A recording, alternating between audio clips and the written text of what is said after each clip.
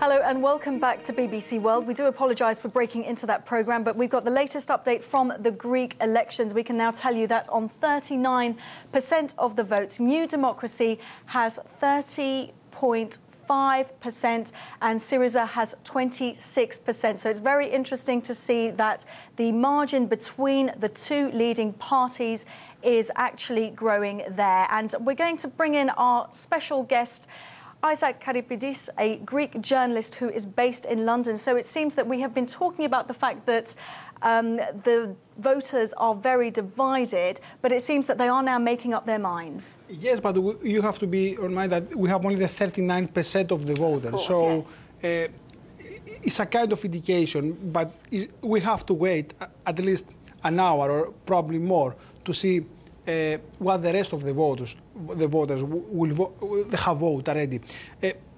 But the thing is, still, if the things are these ones, if the percentage of the parties are these ones, New Democracy cannot fix a government by itself. New Democracy will need to come in a coalition, to come in an agreement with other parties, most likely PASOK, as we said earlier, or with independent Greeks, or with Democratic Left, which they said before the elections that they don't want. We have a third elections this summer. Well, nobody wants a third election. And if they bring in Democratic Left, it will be quite interesting because we'll have pro-austerity and pro-bailout with anti-bailout parties, both forming a coalition. But of course, they have to acknowledge the fact that many voters don't want the austerity measures. The majority of the people in Greece, they don't want the austerity measures, and that is the interesting part, because actually no one is in favor of the bailout. At the same time, everyone is in favor to stay in the euro. So it's very interesting how the Greeks are thinking, and I think we have seen it in the results so far, the results of the elections. 26% they have voted for Syriza and 30.5% they have voted for New Democracy, at least for the 39% of the voters.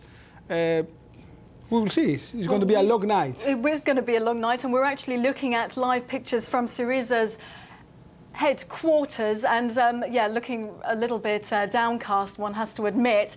Their language had changed very briefly, Isaac. Their language had changed. They'd stopped talking about completely getting out of the euro, hadn't they?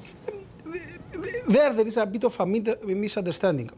It was also a problem of Syriza's communications with the outside world, but now they say that actually they want to deal again.